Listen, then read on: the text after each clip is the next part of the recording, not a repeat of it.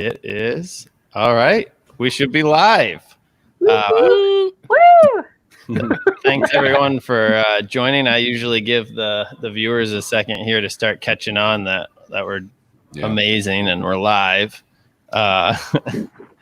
So maybe we'll do introductions here in 1 minute, but it's going to be a fun one today for sure.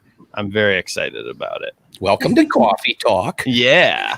We're going to do a little coffee talking for sure, right? Hey, there's going to be all kinds of talking on this show. So, all right. Well, if you're just tuning in, this is Beers, Cheers, and Happenings. We just kind of started this to check in with our community, talk about beer, like get a little relaxing in. So I'm Peter Monti with Beards Brewery, my co-host Steve Bartell with Beards, and then we have Emily Hengstebeck, our Harbinger of Beer, brings beer to people. And then our special guest today, we have Ben Walker from Roast and Toast, and Tiffany from Fermenta. Hello. So hello. Welcome. And howdy.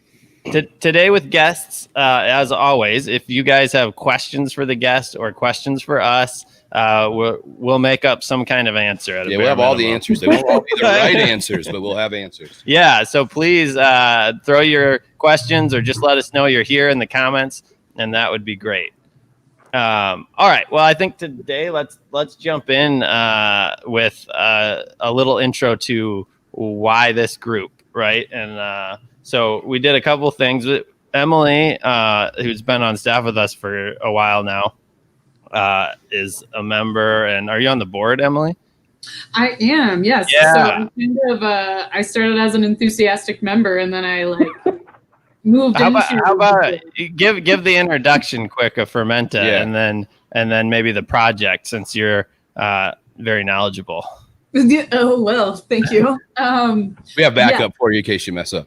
Yeah. Oh, thanks. Back her off a little bit. So Fermenta, its entire title, Fermenta, a Michigan women's craft collective, was started. We're going on 5 years now, Tiffany? Yep, 5 years.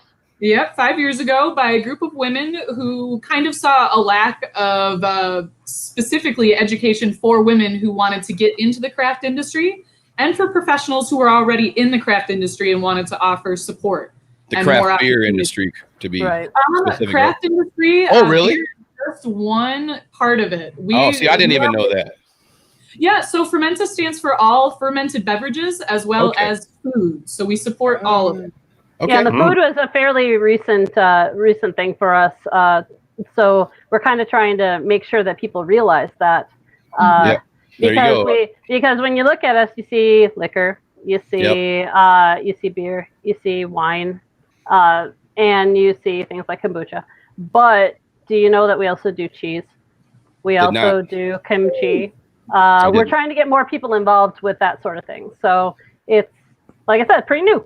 That's really cool. Good. Yeah, it's then that way too. It's like we're not just a bunch of drunk women.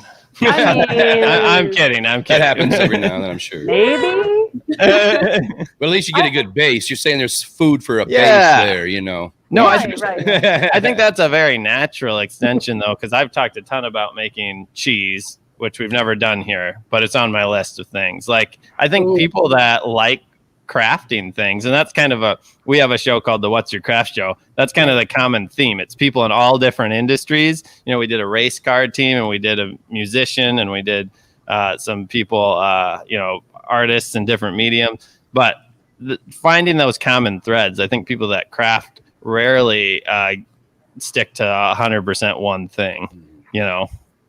That's true.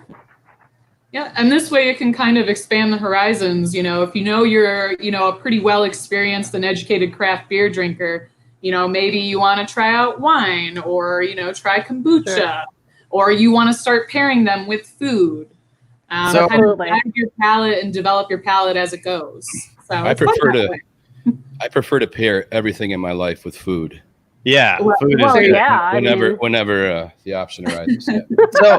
So I want to talk about this beer real quick. Can we all crack one then? Yes, let's crack one. Let's get to the beers. If you guys have a beer, you don't have to be drinking the specific beer we're going to talk about, but please crack a beer at this point. And the viewers, if they would like to crack a beer, throw what you're drinking in the comments. Again, if you have questions, if you're just joining, please throw those out there.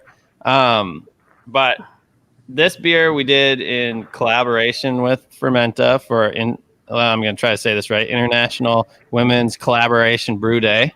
Oh, you did pretty good, Peter. Pretty good.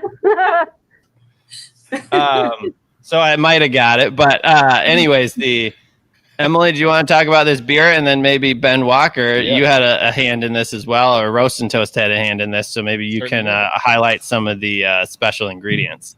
You bet. Yep. And actually, if I can back up just like 2 steps and have Tiffany explain, kind of succinctly what International Women's Collaboration Brew Day is.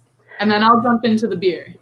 Okay. Well, it's an opportunity for women across the world to come together during Women's History Month to brew a beer. We're kind of a minority at this point, but we come from a very rich historical root as female brewers. I'm a historian by training, and then I ended up as a brewer because of being a historian. And so it's an opportunity during Women's History Month to bring women together to collaborate on a beer with known breweries. It's good publicity for those breweries, and it's also an opportunity to expand our base within the larger brewing community, macro and micro.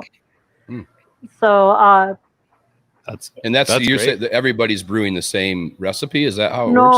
Okay. No. So, okay, for example, I've took part in International Women's Collaboration Brew Day at Midland Brewing Company, and we made a completely different beer. So our beer that we had was it was a sour that had lime and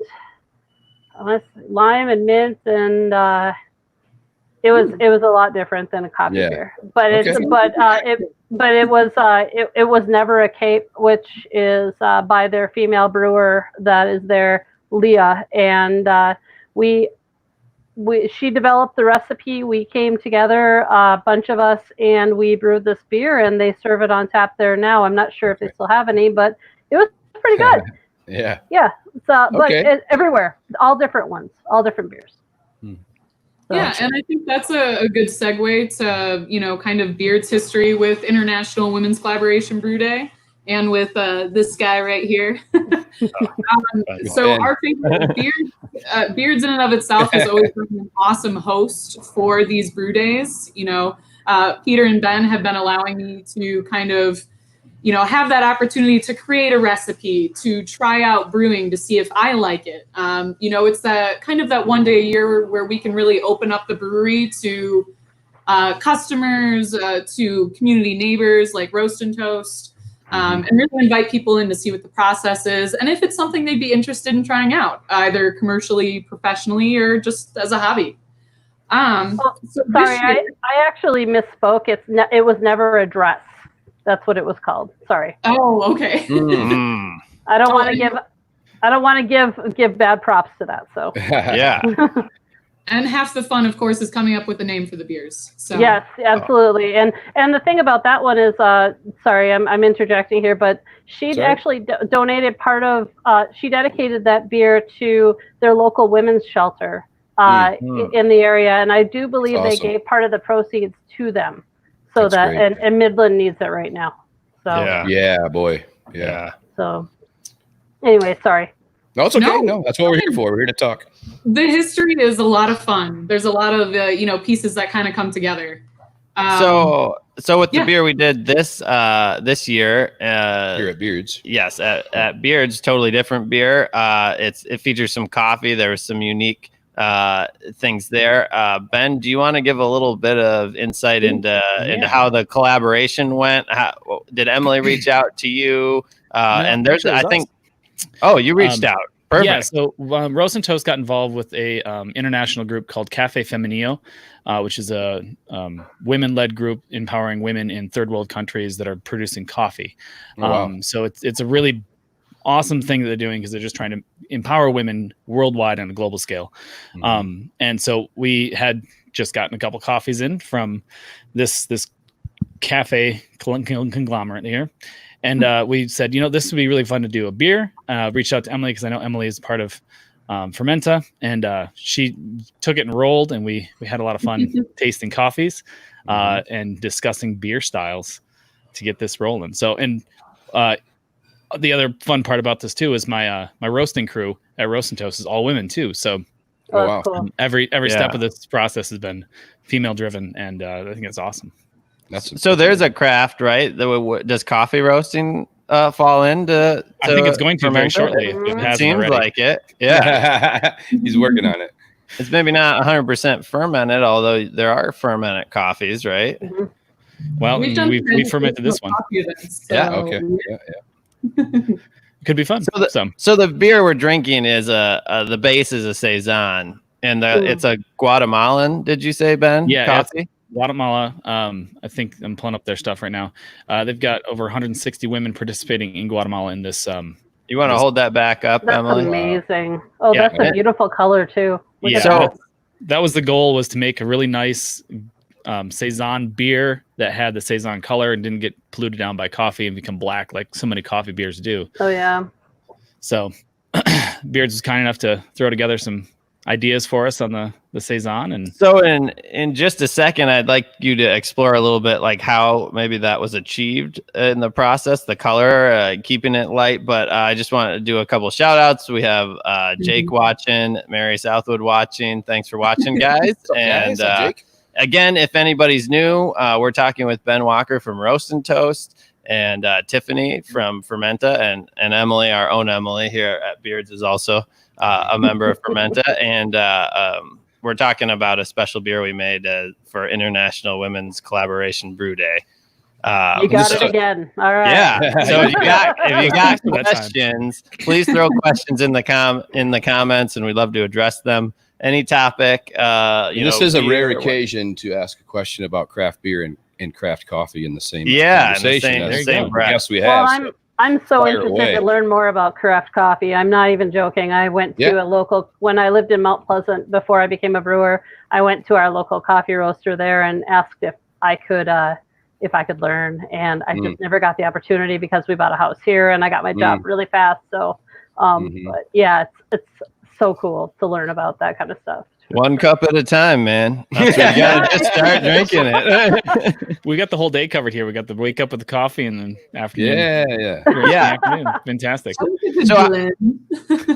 So Ben and Emily, you were more hands-on with the brewing here, and of course Ben with actually getting it roasted, and your team I know worked on it. How did you guys achieve such a light color, but the coffee flavor is very present? Like it's not hidden in there, but it's not at all like dark in color. No. Right. So we went for an extremely blonde roast. So when you're roasting coffee, you get a couple different things happen chemically that actually force the bean to physically crack, and audibly you can hear it. Almost like when you're popping popcorn, it starts popping. That's the same thing's going on with coffee. It's slowly cracking and expanding.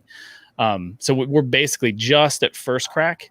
When we take almost all of our coffees to second crack, which is another like 120 degrees hotter.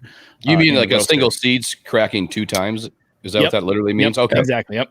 Wow, So again, okay. it's all the chemical interactions inside the bean and the heat, changing the nature of the bean. Which, if you want to really get into it here, anybody know what coffee beans actually are? Off the top of your head? It's like a fruit from yeah. So it's a fruit. It's basically the pit of a cherry. So coffee trees create cherries, little cherries. Then we take the pit out and we process it. They do ferment the cherries off the pit, and then wash it and process it and dry it down and send it to us all over the world. And then we take it and we roast it. So I'm not a roaster at Roast Toast, but I do know a little bit about things. But the roasters know way more than I do about that. So interesting fact. I would like when people ask like how I got into craft beer. Typically, I tell them it.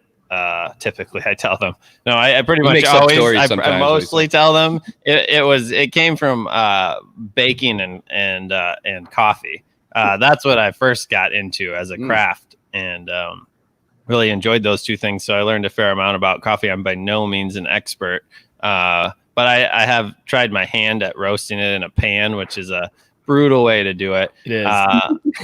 You get a lot of fun variations when you do it that way. So we end up roasting ours in a drum roaster, very similar to the way they roast barley for beer. Actually, similar process. It's a big drum that rotates around over a fire source or heat source, so you get a nice even roast. When you do in the pan, you're going to get some beans that are roasted more on the bottom or the top. The drum roaster kind of avoids that. What kind of heat source do you use with your drum roaster? We are using natural gas for ours. Natural gas. Okay. Yep. Cool. So great.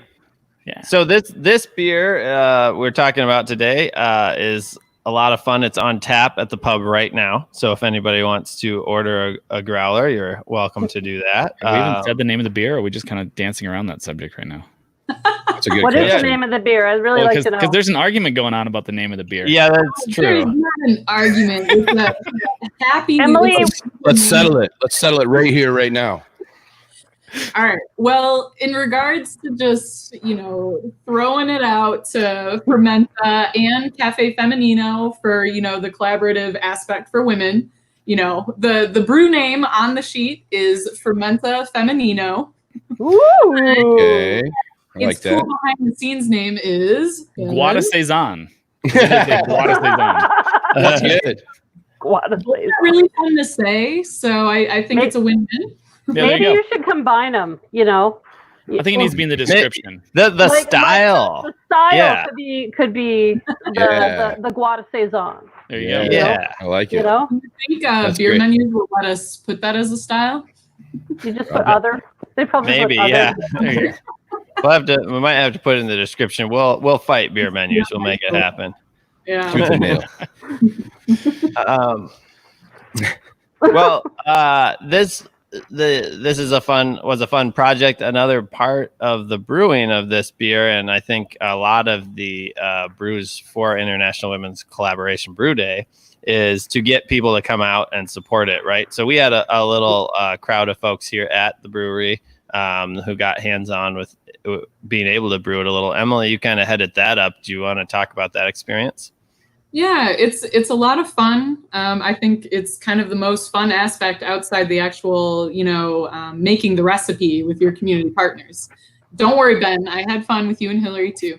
But the actual day is, we had people come in from Roast and Toast. We had a couple of the roasters come in, a couple of, general staff. Some of our beards pub tenders came down, and a lot of them, what they had in common was, they really wanted to see the brewing process. They'd never seen it from start to finish, how the ingredients got combined. We even had some of our staff members, our music manager, his parents came in for the brew day. They were in that's right.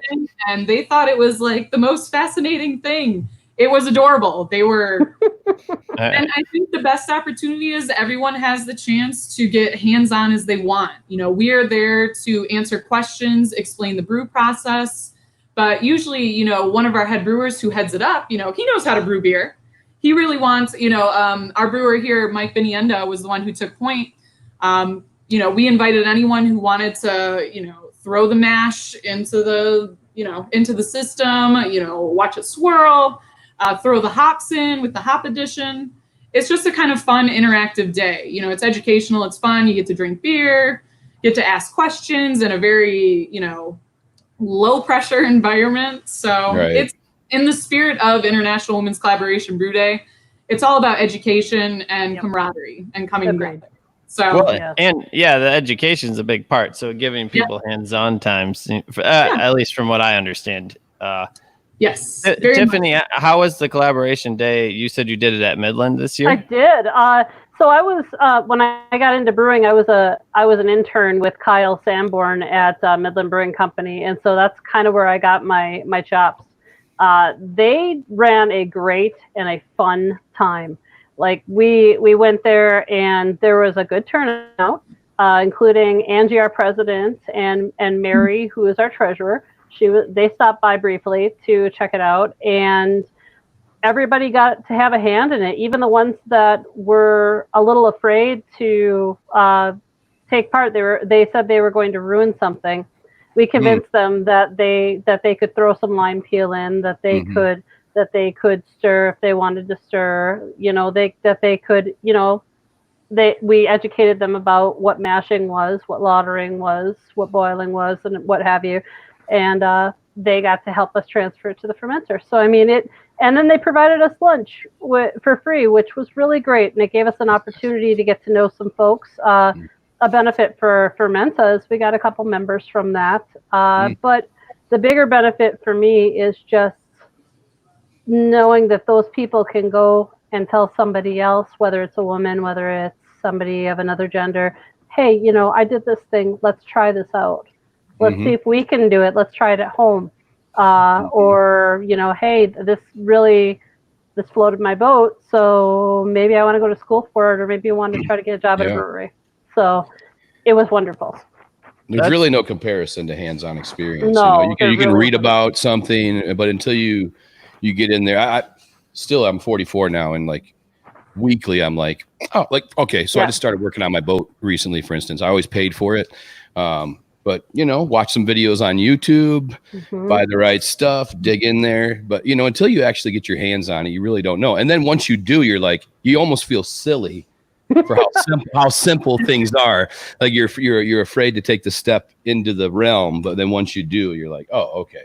It's getting over that initial hump. Exactly. Oh, yeah, totally. Yeah. And that's one of the things that I've been doing since I've been home. I've been working from home because I'm the regulatory safety manager as well as being a brewer for Old Nation Brewing. And I've been working from home off my computer, and it's given me a lot of time outside, like to kind of think about the things that I take for granted. So I bought a desk. I have a home office here that I'm getting together, and nice. I decided to get an unstained one, and I'm like, oh, well, I haven't stained anything since like 7th grade when I was required to take industrial arts. And I'm like, okay, YouTube, WikiHow. And it was the best, most rewarding thing to do. And now I just want to do more furniture. Absolutely. So, you know, and the thing with the hands-on, I went to school at CMU for fermentation science. Okay. And so I got all the backing, the book smarts, the hands-on there. But then once I ended up with my internship and coming into my job with Old Nation, you're right. There really is no, there's really no comparison to doing it and actually being part of that process. Well, even to your point, there's hands-on in a classroom, then there's hands-on in the field. Exactly. Two different things. Yeah. So, again, everybody that's watching, appreciate you joining us, and those who are going to watch later. If you are watching live, please throw a comment in. We've been talking about Fermenta, a Michigan women's craft collective. Not only beer, but other crafts as well. And the special beer we made this year included craft coffee from Roast and Toast, and we got Ben Walker on. We are getting towards the end of the segment on this, though. So if you do have a question, please throw it in the comments. How, if people are interested in Fermenta, if they've been watching this, they're like, that's really cool. I've never heard of that. One of you, Emily or Tiffany, you want to take the lead, and how do they reach out? How do they learn more? Where do they get involved? I'll defer to our vice president, please. Oh, okay. So if you'd like to get involved, there's a couple different ways. You can find us on Facebook, looking for Fermenta Michigan, which Emily takes real good care of that, and so do a couple of our other board members here. But you can also go to www.fermentamichigan.org, and you can see our website and sign up there. And right now we're actually offering some free memberships because of the pandemic. We're offering 53 memberships of any level. So, and I do not believe that we've met that 50 yet. So if you are interested, please apply. You have opportunity for scholarships. That includes scholarships like the Birdie Brown, which is for people of color women of color who wish to educate or get involved in the community.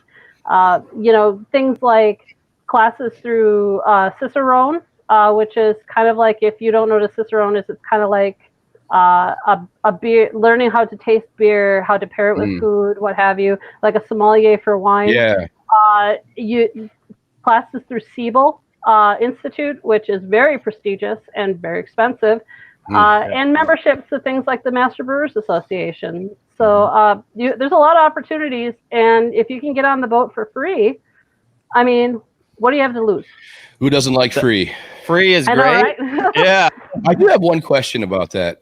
You said Fermenta, Michigan. This is something I'm not aware of. So is Fermenta distinctively a Michigan thing, or if somebody's from out of state, are there other state organizations that are connected with yours? We have one outreach that I'm not sure how active they are. It's Wisconsin.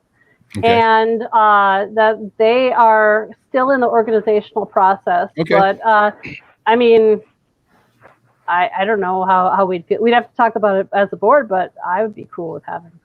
No, I was curious. I didn't know that. I didn't know if this was a net. We're Michigan. Yeah. Okay, I didn't know if it was a nationwide. Well, the International Women's Collaboration Brew Day is who heads that up? What organization? I think they're their own separate organization. They actually originated in England. And I think right now, in terms of just Fermenta, Michigan being a Michigan collective, we do have a lot of national and international partners and collaborators. Okay. Wisconsin so far has been the only state that has approached us actively to want to start their own executive board and their own membership. But we have close ties with other women-led groups such as the Pink Boots Society. And they have more of a national brand. So a lot of the time, Detroit Divas partner up with other organizations. Nice. All right. Well, thank you so much for joining, Tiffany. We have in the comments more about Fermenta, the link, and I'm going to throw it up here on the screen for a second. Tiffany, I know that you have a kind of a timeline here. Was there anything else you wanted to share before you have to sign off? Just that I really enjoy beards. I can't. Last time I was up your way, you're changing over to your new brewery, and I was really bummed because I wanted to come in and have some beer with you and get to know you. And I guess I'm just gonna have to get back up that way. Once all this craziness, I'll get there. I promise. Yeah, we believe you. We appreciate that. And we look forward to it. Well, thank you so much for allowing me to come on here and to chat with you. Thanks for joining us. I hope to meet you at some beer festivals, whatever those take place. Yeah, it'd be very nice. So. All right. All right, take care. Thanks so much. You too. All right. Bye. Have a great day. Bye. Yeah, you too. Bye-bye. All right. So that was a lot of fun. I'm glad we were able to coordinate that. And if Can I have one last note, Peter, if you don't mind? Yeah, just right before you say that, I was going to say if people just joined and you want to learn any more about Fermenta, we talked quite a bit with Tiffany, who's the vice president. So this will post afterwards, and you can go back and check that out. Indeed. Emily, go ahead. Just the last thing I wanted to say on Fermenta, even though we are a female-driven and woman-led group, we welcome everyone, no matter how they identify as a member. We do have different kinds of memberships. So we have a supporting membership, an active membership, and a corporate membership. So depending on, your involvement level, we have something for everyone. And we really just want to kind of expand that awareness as well as the educational opportunities. So that's a good point. Like just the women scare you off. All right. We're very welcoming people. I like hanging out with women personally. Yeah. I don't know. So all the information is on that site. Steve's Emily, anniversary today. Oh yeah. So congratulations. Oh, thanks. Steve. Yeah. Thank you. Shout out to my wife for putting up for me. I've been married 14 years. She's known me for 21. So she's a strong woman. That's a lot of phases of Steve Bartell. All right. Yeah. It's true. I saw a picture and I was like, wow. Look at that you guy. look so young. So young. Picture. Yeah. I think Courtney posted a picture of you guys. It was a wedding day picture my grandfather took in Bay City. We got married in Bay City. Well, we got married on the Tridge in Midland. Speaking of Midland, that's had the flooding issues. That Tridge they showed. Small world. We actually got married there. Yeah. So anyways. Well, so now I think we want to hit on some other things. This is kind of, we started doing these on our community day, which is Wednesday, and we were trying to find a way to give back a little bit more to the community in a unique way. It's also a hard time for everybody financially, so it's hard to just do a ton of donations. But we're like, hey, we have a platform. Let's see if we can get the word out. So we're excited. We have Ben Walker with Roast and Toast. If you're just joining us, he's on here today. Please throw any comments or questions that you have in the comments. We'd love to chat about them. And just Ben, for anybody out of town, real quick, Roast and Toast is another downtown Petoskey business. The place to get coffee. It's the place to get coffee. Yeah, for Just sure. hit 27 years, by the way. Wow. 27 Congratulations, years man. 2 weeks ago, rather. That's crazy. That's really exciting. Congratulations. And it's crazy to me because I've been there for 19 of those 27 years. So it's nuts. Yeah. Right. That's the haul. Okay. It's a lot of coffee. Yeah. So, Ben, you guys have been roasting for almost all of those years, but I think we roasted day one. Was it? Oh, I thought for some reason I thought it was like 6 months in or something. You got the roast. This guy trying to catch you on a technicality. So, anyways, you've been roasting for all of those. I've said this before to people, like, you guys are a coffee shop, but you roast your own coffee. Like, nobody does that. It's kind of like all these bars, like, don't make their own beer mostly, or these tap rooms, right, that have like all these beers, and they have one or two of theirs at the very bottom. Yeah, end of the tap. Yeah, and a couple more people have been jumping on the roasting game, but you guys were in it pretty early. I know you weren't there. You weren't there working day one, but I'm sure you would have been know 10. a lot. Yeah, a lot of the history. So you want to give a little bit of the history of Roasted Toast, and then how the roasting has been an integral part to what you do? Yeah, just briefly. Bob and Mary Keaty moved up here, opened Roast and Toast 1993. They were the second roastery up in this area. I think Leelanau Roastery opened like a month or two before they did. And that's not very close to Petoskey, by the way. No, it's not. It's close enough for northern Michigan. Sure. I guess you can go on a nice 2.5 hour drive to get a cup. Yeah, exactly. So we opened up about the same time as them. Like I said, 27 years ago. Did a restaurant, roastery, coffee shop right out of the gate. Like I said, been roasting since day one. Specialty coffee, Arabica coffee.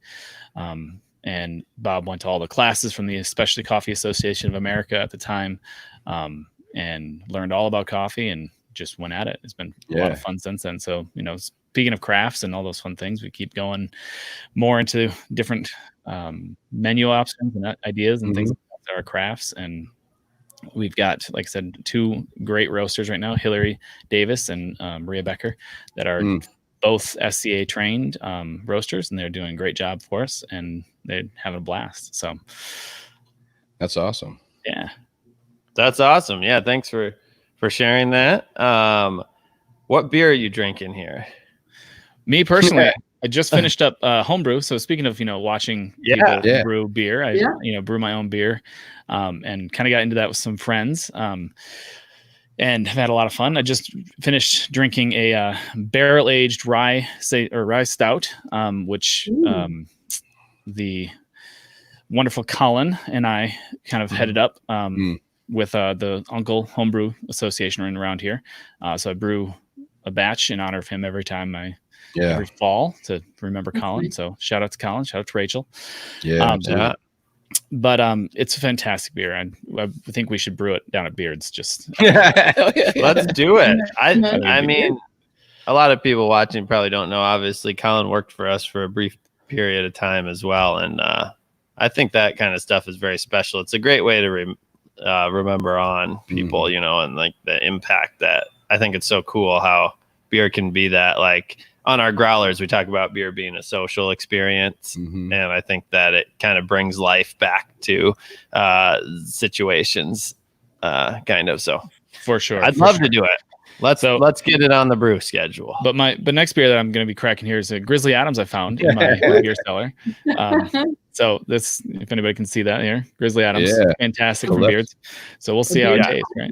Woo-hoo. Yeah, let's see. So we haven't made that in a little while, and this is right at the summer, I believe I picked it up. last year. Recently changed the name to Grizz.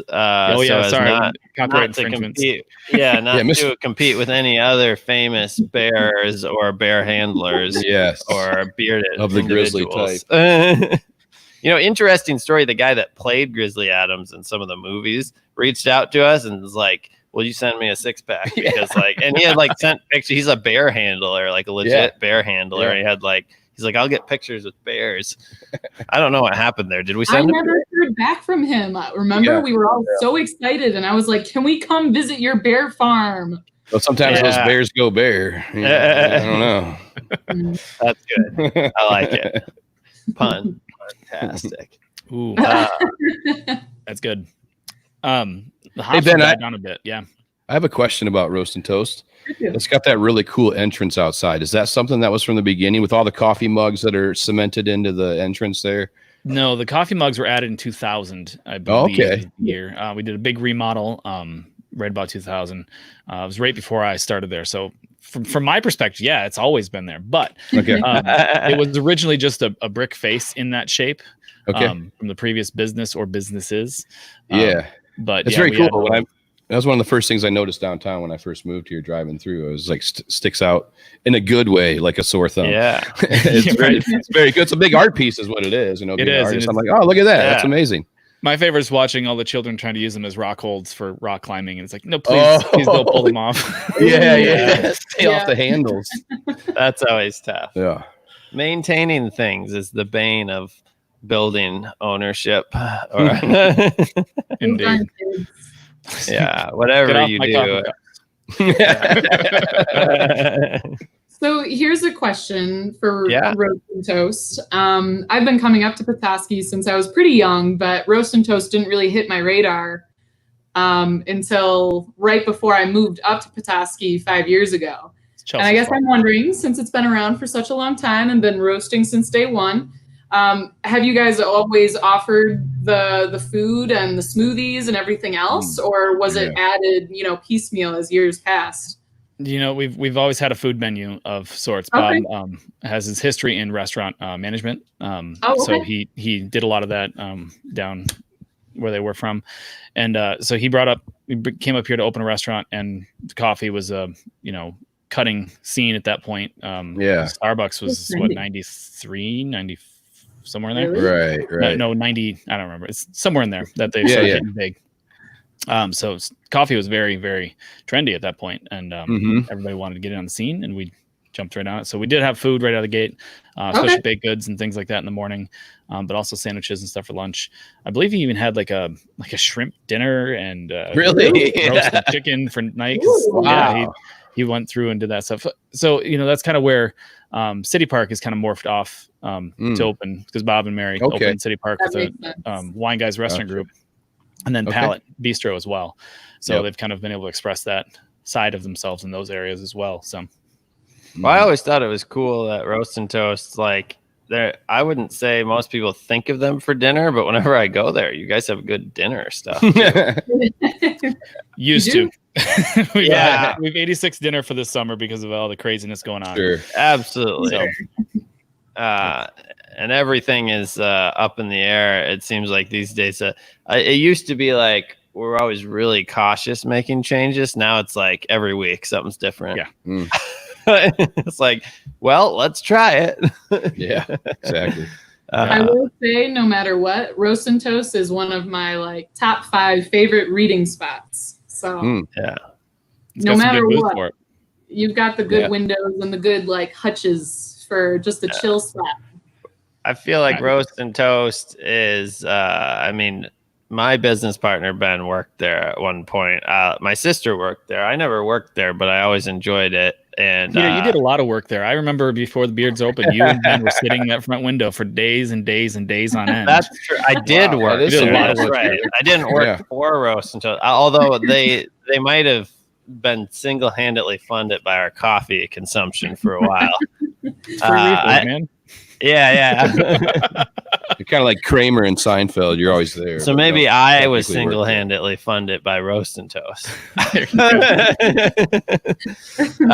You could say Roast and Toast coffee fueled the birth of Beards. Yeah. Oh, I in fact said that. And I like never update my Facebook header personally, so it might still be a picture. It was a great picture at one point. It was like, oh no, I think I did change it, but for a long time it was like the tall coffee cup, and then it was the short coffee cup, and then it was a beer. I was like, this is how my days go. Like start with the tall coffee cup, go to the small coffee, and then move to the beer. It's just like really good. So for those of you who maybe just joined us watching, we have Ben Walker from Roast and Toast, and Steve Bartell from Beards, Peter from Beards, Emily from Beards. We're kind of Beards heavy because that's we're putting it on.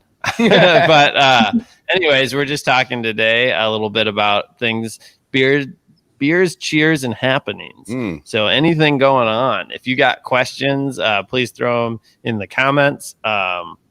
If you're enjoying this, or if you have beer questions, coffee questions, Petoskey questions, life questions. We don't have counseling degrees, but we'll give you advice anyways. Yeah. Well, I'd like to throw out there that you guys have pints on the deck now, don't you? We do. Pints on the deck, and big news good announcement is that we are opening dine-in on Sunday. Oh, that's fantastic. So this Sunday, we're going to give it a go. We feel like the staff is ready or will be ready. You guys have any specific policies and procedures everybody should know about when they come in? Yeah, I mean, I wouldn't say wildly different than what anybody else is doing. I mean, we're definitely not trying. We often pride ourselves in ingenuity and creativity. We're not trying to be creative in new health procedures. No. we're sticking with the known on this one. So, standard things of wearing masks till you're seated. Staff will be wearing masks. Obviously, we have. Please look at the ground because we have arrows to try to help traffic flow, especially in the bathroom areas. Yeah. We've spaced out the tables, kind of reimagined things. So, and I should mention we're going to be seating on the patio as well, starting Sunday. Is that correct? Let me get back to you. Okay, let us. I'm not 100% sure. We might do. I don't want to misspeak here, but we were talking about maybe leaving the patio as not full service right away. And right now we're letting people sit on the patio with their to-go orders or get a beer and sit on the patio, but we're not doing full service. So we might take it the inside full service and then we're kind of doing a step at a time. So gotcha. Hey, can I start a new segment for the show? Yeah. It's going to be called Beer Run because I see you're out of a beer. Oh, and I'd love to go get you another beer. Yeah, that'd be great. Emily is out of a beer as well. Oh, yes. I could probably make it happen with the elevator. I'm good. You're good? Okay. All right. So this is a new segment of the show. This is called Beer Run. Give me that. You guys talk without me. Give me that double armadillo. Yeah, just chug the Cholula. My 3-year-old loves Cholula. He'll drink it with you. Did anybody listen to that? I think it was the Bob and Tom show that was like BWW Run. Yeah, I remember that growing up, even though I wasn't drinking beer growing up. The song stuck with me. I don't know what this is. You need to Google Bob and Tom Beer Run. All right, I will. It's a fantastic song. I don't remember all the lyrics, but the chorus stays with me. Just a quick shout out, Mary Southwood. Excited that we're opening. Can't wait. Thank you very much for the kind words. Yay. We also did have a good comment a little bit back. We were going strong, so I didn't throw it up. But Ben should see this comment. Yeah, I saw that from Margaret. Thank you, Margaret. I really appreciate that. So we got some knowledgeable folks here. We don't claim to know it all, but like I said early on, if we don't know it, we'll make something up. I always think that's the best. So here's a prompt for you guys, since we're still talking coffee. Personally, and believe me, I've always kind of experimented a little bit, but I am not a coffee drinker. You did a great job tasting those coffees with me. I knew you weren't a coffee drinker. You still drank them like a champ, and I appreciate it. Well, now I'd like to say, beer has kind of bridged the gap for me. So, the other beer we've collaborated with you guys on, Malabar, I love that beer. I love the bitterness of the hops and the bitterness of the coffee. Yeah, there it is. And I love the beer we made with Fermenta. So I think it's just making sure the coffee is with its right friend, beer, and then I like it. But have you guys always liked coffee? Like, is that a thing? I've loved coffee for a long, long time. It was prescribed to me for my ADD in like, I don't know, 6th grade. So I got More a doctor's caffeine prescription to drink a cup of coffee every day. So really? yeah, it helped me just kind of focus just a little bit. Okay. That's interesting. I also drank it with a lot of cream, sugar, and honey, and all kinds of crap in there to cover up the taste of the Folgers coffee I'm sure I had at the time. Yeah, so before I started working at Roast and Toast, I throw my love story with coffee in here. Would go down there during my college classes and sit down, have a bowl of soup, and get a cup of coffee because I really wanted to have some energy for the day, and I wasn't a big energy drink guy. So I'd drink coffee and we'd start the first drink with a heavy cream, honey, sweeten it up and have some fun with that. And just kind of the more I drank it, the more I just really fell in love with the flavors that were in there, and I started getting rid of the honey, started getting rid of the creamer until I was just drinking it black. Which that is not to say that there's anything wrong with drinking it with creamer or with sugar, because it does change a lot of the characteristics of the coffee. So kind of to your point of putting it with its right friend, every coffee is different. Every coffee drinker is different as well. You really have to find what you like and just really chase that. Because really we're talking about chasing craft. Chase that craft of making your own cup of coffee for yourself to make it just the way you want it. And nothing is really wrong, even those wrong flavored flavors. It's not terribly wrong if that's what you like. Right. So that's super important to me, because I also typically just take my coffee straight, and I started with Blue Maxwell House, drinking it when I was working construction for my family's company growing up. It was like, that's what was in stock. Yeah, mass produced coffee.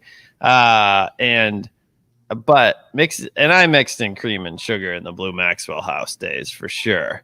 But I kind of backed off that fairly quick. I don't know why. I was always like to be like hardcore, but then I started realizing, drinking better coffee and learning more about it. But like you said, it's very easy to get in the craft realm of things. It's easy to get judgmental about like how it should be, or like snobby. And to me, it's important to try to avoid that, because that doesn't welcome people into the space, And we were talking earlier about Fermenta, the Michigan Women's Craft Collective, and that's about like educating people, bringing them into the space. And I think that's really what craft beer is about too. And it was maybe more of a welcoming craft than some others had been in the past. But not everybody. People get snobbish about that too. So I don't know. To me, it's very important to not judge people and how they enjoy something, because a lot of it is subjective. But also, like Emily was talking, what is maybe getting her somewhat interested in coffee is finding it in beer, and that's cool too. Like that a lot of times is a stepping stone and a way to explore and learn about new things. So. Yeah, I always tell people, when I do beer tastings or beer and food tastings, I try and, cultivate that open mind from the beginning. And I always tell people very simply, I'm like, drink, eat what you like, but never be afraid to try something new. Because, it might just like knock your socks off. And then it's like you might have missed out. So, start with something that you like and use it as kind of a wedge into a new experience. And that's the fun of craft anything, whether you're drinking, eating, building, listening to something. That's why it's so much fun. Absolutely. Yeah. So coffee, I'm working on it, Ben. Coffee. Yeah. And one of the nice things about for this beer in particular that, you're talking about how it tastes different than the coffee you've tried. The beer tastes way different than the coffee we tried when we were tasting it, because we were tasting a fully roasted version of this coffee. We were tasting it when it passed the second crack. We were tasting a French press version of this coffee, which is again 8-fold different than what we ended up doing. So we ended up brewing this as a cold brew. So for cold brew, you just take the really coarse ground coffee, steep it in water overnight, and then filter off the coffee grounds. So you get a much lower acid, much more nutty coffee out of it. Smooth, very, very coffee flavor, but not necessarily as harsh, acidic, or as astringent as hot brew coffee can be when it's chilled. One of the fun things about learning about brewing beer is there's a lot of astringency you can put in beer, stressing the yeast and doing all kinds of fun things with the yeast. You can have a whole lot of fun with that as well. So same thing as with coffee, you can change the flavor profile just by how you brew it. So there's a brew method and a coffee for everybody, I think, and they just have to find it. Yeah. And I think the answer here, mix them together, winner, winner. Winner. Very roast chicken dinner back in the day. Yeah. So, one of the one of the next things that Roast Us would like to try and do is I'm going to try and partner with Petoskey Winery. This is a shout out if he's listening, and do a coffee wine. Nice. I've had one or two before, cold brew coffee wines, and they are fantastic. So I'm going to try. That's interesting. Okay. Josh, if you're listening, I'm looking for you. What sort of base style would you start with there? Do you have something in mind? Fairly robust red that I've seen, the ones that I've tried. But yeah, they're interesting. Very, very delicious and very interesting. So, because I was almost thinking like with like a cold brew and kind of some of the flavor profiles you could get there, maybe going more of a direction of like Pinot Grigio or something. You might be able to get away with it. We get the citrusy and the melon from the Grigio in there. You might be able to get away with something similar to Guatemala, because Guatemala has a lot of that citrus notes, nutty notes that come through. But you get a lot of the chocolate too when you brew it too. So yeah. All right. We got something to address here from Jake Hengstebeck. Crack the PBR hard coffee. Blasphemous. Have you guys had this PBR hard coffee? I have tried it on the market. Yes. I have not yet. I keep meaning to try it, but I've not found it anywhere I'm shopping at the moment. So that's a cold brew coffee. What we did, I'll give you a little bit more about it. Is we had our employee party this year was a dive bar pub crawl. We rented a bus and drove everyone around. So at the crash landing in Alanson by the airport, they had the cold brew, or they had this PBR coffee. I was like, I gotta try this, right? Like, what is this? Tasted like a Yahoo milkshake. Really? That's how I've heard it described. Yep. Yeah. But not thick. Kind of. It's like got like a little bit of thickness. That's wild. I was like, this is like easy drinking. Like you could definitely, get in some trouble. And so that goes back. You can be snobby about it, but like if you're just looking for an easy drinking alcohol, shoot, that goes down smooth. Nice. Yeah, I mean, never heard of that.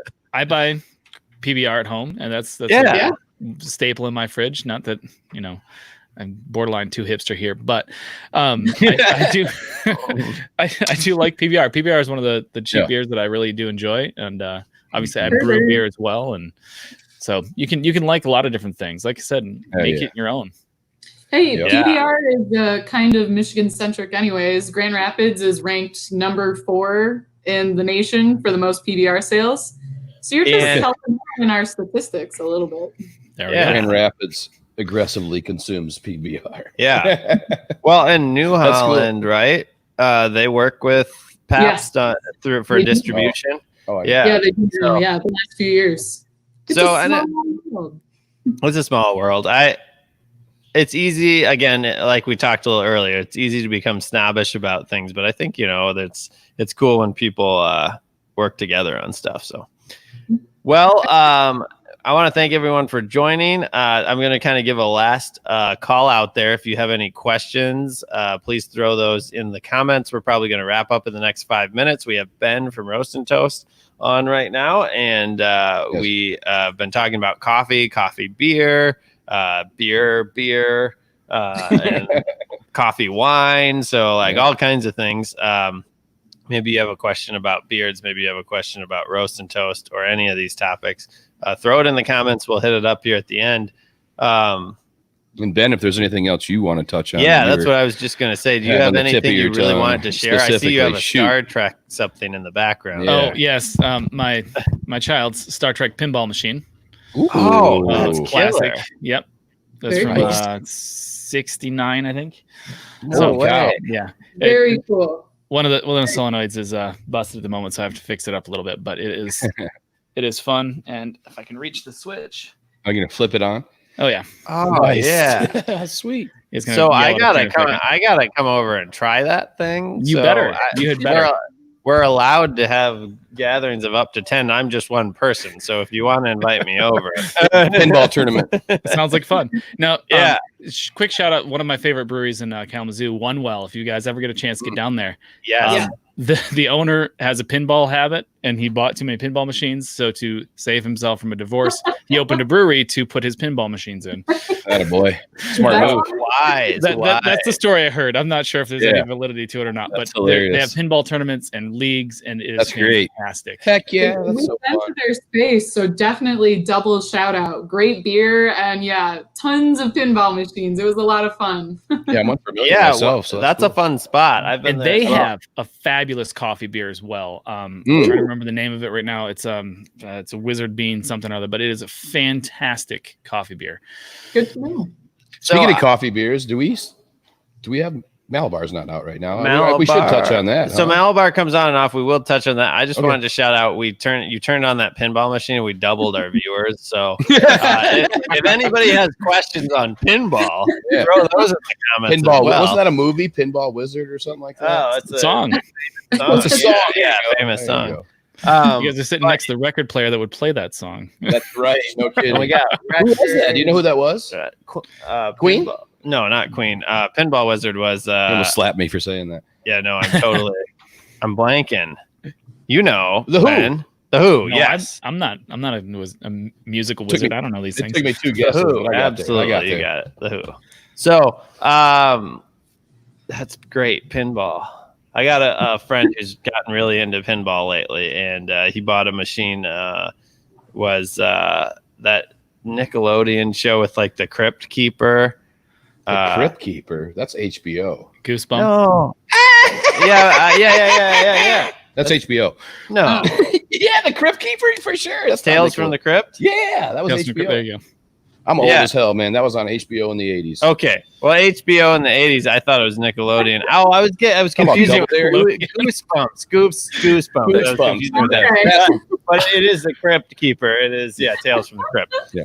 Boy, it's good. Now we can all have a good laugh, right? I like how Peter's vision of what HBO is now, or what Nickelodeon is now, was HBO in the 80s. That's Yeah. And you know what? That Should might be be fairly accurate. It could be. You know what I mean? Like these things change. I over watch, time. I have two sons, and every now and then I'll like, yeah, we watch this. Is PG-13. We started to watch Austin Powers. I only got so far into it because I have a 10-year-old too, like sexual innuendo after one after the other. I was like, all right, let's shut it down. I thought that was Shut much it down. milder. Yep. I thought that was much more mild. You know, it's my always favorite was my You 10-year-old remember- trying to watch the PG movies from the 80s, and it's like, okay, nope, we're turning this one off. That's forgot what I all about mean. this The one. older movie, exactly. Like PG in the 80s is almost like R now. It's funny, yeah, because it's like you were like, oh yeah, I watched that stuff, and then you didn't realize that maybe What you were watching, Yeah. necessarily. Yeah, absolutely. that's funny. All right, well, I think we've covered a lot of awesome ground. Touch on Malabar. You said we were gonna Malabar. touch on- Sorry, Malabar. that's what we're getting Give, to. give the man Ben, some you credit on this. you one. have the can there. Hold it I do. up quick. Hold the can right here. And it's Oh, got look at a that. nice little roast and toast. Sorry, Yeah. got a layer going on here. That's all right. No, that's beautiful. So, yep. So I think this this is is actually 2 years ago batch, by the way. so we This should guy. sit down with Holding on our strong. head brewer. I have a 18, 19, and a 20 now. Did you get some of 2020? I'm not sure I bought any of the 2020. We did a very limited. We probably still have some. I think there's a couple. I think there's a couple. Yeah, we I'm- threw some. Put some We- aside for me, Emily. We'll put some aside. Gotcha. We threw some in at the pub. This was a weird year, but we were like, we got to still do it. It's like a tradition. So Yeah. and Malabar, I love that can. Just the red, it The pops can so is good. Striking, yeah. But Why that don't you guys touch on how that came? I don't know. yeah, how you I'm guys- gonna touch on. Oh, okay. it. I'll shut up. So I wanted to.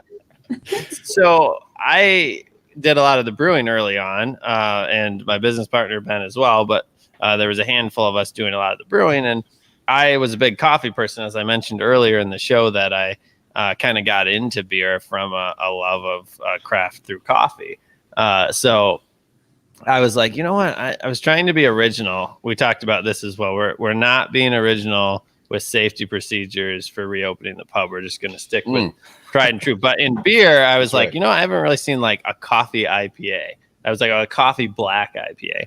But I felt like, you know, a lot of the flavors in hops and beer could go well with coffee. And so that's kind of where the idea came about, and to make Malabar. And then, you know, the coffee we use is the Monsoon Malabar, which is an interesting coffee. Ben, maybe you could touch on it more, but I think they like let it soak in the fields, the cherries, the coffee cherries. Right? Kind of. So this story goes back to before we had metal ships. So they had the Chinese junks transporting, basically that's what they used to transport coffee from India to ship it around the world. So they're wooden. Seawater would leach into the cargo holds. You'd get just kind of the aromas of the seawater just in and amongst the coffee beans, and you're not in sealed bags at that point. You're just in burlap bags full of coffee. So they'd get to wherever they're going. It's a long trip. It's kind of like, you know, an IPA. This is a unique flavor for this Indian drink. And I didn't think about the pairing there, but that makes a ton of sense. Like, it does, doesn't it? So this Indian coffee would get there, and it just tastes very unique, very, very different from anything else. And then you start introducing the metal ships and the metal shipping containers and the hermetically sealed bags inside the burlap bags, and it changes the flavor completely. And it's so insanely different. So they developed a new procedure when they're processing. So they still do the fermentation to get the cherries off the coffee beans, dry them out, and then they put them on slats in these shacks out in the field. So they're covered from the sunlight, but they have slats in the side. So during monsoon season, when winds kick up, salt water's in the air, it's very heavily, prominently saltwater, just aerosoled. It absorbs a lot of that same flavors we used to get on the old wooden ships. So then they take those, they dry them back out, they process them again, and they put them in bags and send them out, and it has that really, really unique flavor. Cool. So it's a fun story. We've been brewing that for a couple of years before you guys tasted it, and you're like, oh my gosh, this is amazing. And it was a perfect pairing for that beer. It's fantastic beer. It is delicious. Yeah, so I think that's just exciting. We ended up that beer, I believe, uses mostly Cascade, which is a real traditional hop. We use some darker malts that help give a more rich color. Sure. Yeah, midnight wheat, which doesn't give a pronounced roastiness so much. Well, that like a stout might be. So that's kind of gives a lot of darker colors though. So yeah, Malabar Coffee IPA. I love that beer. Me too. Every year I'm like, this is great. And you know, it's so unique. I think it's, you know, it's good as a limited release because I think it's been hard to maybe find people that understand what they're getting into. But the people that like it are like, yes, this is great. And I think they look forward to it. I get a lot of people to drink it by telling them it tastes great with ice cream. If they're like just a little scared of it, I go, add ice cream. And then they just go, ooh. Well, again, it comes back to adding just a tiny bit of cream to your coffee. Like, it can really pop a lot of the flavors out of a lot of that stuff. So having my personal favorite is a nice IPA float. It's fantastic. The vanilla ice cream just mixes so well with all kinds of fun flavors. So with the malt. We're talking Malabar Black IPA here with coffee. I want to give a quick shout out because I think this is our farthest viewer. Evening guys from Liverpool, UK. Yeah, evening. Who we got? Hello. That's Mercy fantastic. Beers. A little closer there. Mercy Beers. Sorry, I got this monitor way out here, and I'm trying to like read what I got going on. So cheers, thanks for joining in. We're actually, you know, wrapping towards the end of our time, but we do have a few other things we want to touch on real quick. While you guys were doing that, the Malabar IPA originally, I was starting to experiment with hops and coffee in another way. We started doing a hopped espresso about the same time you guys had originally released that. Really? So I went and got some Fuggle hops from you guys and mixed it with I think it was with the Malabar actually. So it's Malabar all fuggled up. Yeah, I remember that. And so we mixed the hops in with the beans in the hopper for the espresso grinder and just ground it all together and brewed the espresso with the hops in the coffee. And it was just, it made a really fantastically different type of espresso. Very similar to an IPA in its bitter citrusy coming through, especially from that fuggle. But it was a blast. I love combining. We should try that again. Yeah. I have a coffee question that I've been waiting years to ask, actually. Yeah, do it. And here we go. So no, don't do it. No, coffee enemas are not really. Yeah, the answer is no. All right, I guess we're wrapping up here. So I'm going to butcher this, I'm sure, Ben. But this is a story I heard years ago, and then you can clear it up for me. So because it's got to be something that you know about, if it's true. I heard that if not the most expensive coffee in the world, but one of the most expensive coffee in the world is due to the fact that, once again, I'm going to butcher this, but a beetle or something, some kind of bug or little rodent consumes the coffee beans, then passes them, and it does something in their guts before it passes. The Copelua. Yeah, tell me about that. So explain this, please. So it is a cousin of a skunk, actually. Okay. I believe it's cousin of a skunk. These cat skunk things live in the trees, the coffee trees. They eat the berries, and then the beans pass through because they don't get digested, much like corn. Passes right through. They pick it up out of the scat, and they can process it and sell it. It is very expensive. However, it is not really highly sought after because a lot of farms and things in Vietnam cage these animals and force feed them diuretics and coffee beans. So from a personal standpoint, I would say I would never even try to steer clear of it. Yeah, that makes sense. Well, that's a good information to know too. Yeah, it's not humane. Yeah, exactly. So there are some farms that do it very, very passively. They just pick up the droppings off the ground underneath their trees. They're very few and far between.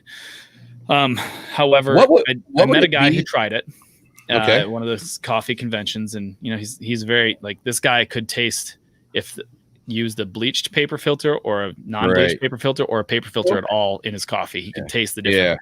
He's like somebody tastes like good coffee, but there was just that little something, and everyone's like, it's crap. You could taste crap. But he's like, no, it wasn't crap. So, no, it's the shit. It's definitely the shit. Yeah. That's cool. I wondered about that. Now, is there something? I mean, is there something that actually happened that's worth it, or are you literally just getting the taste of? Well, again, we're getting back to the chemistry of it. So, when you digest things, you're soaking in acid, really, and so this creature can't process the actual bean because it's too hard, it's too fibrous, two different things. But you're going to get a lot of scoring, little pitting, and just acidically, it's going to change. And so it's going to definitely be different. I wouldn't necessarily know the chemistry behind how it would actually change, but it's going to be different. Yeah. I'm going to steer clear of it now that I know about the caging and all that. Not that I would ever got my hands on it anyways, I'm sure, but I'm glad I know the real story now.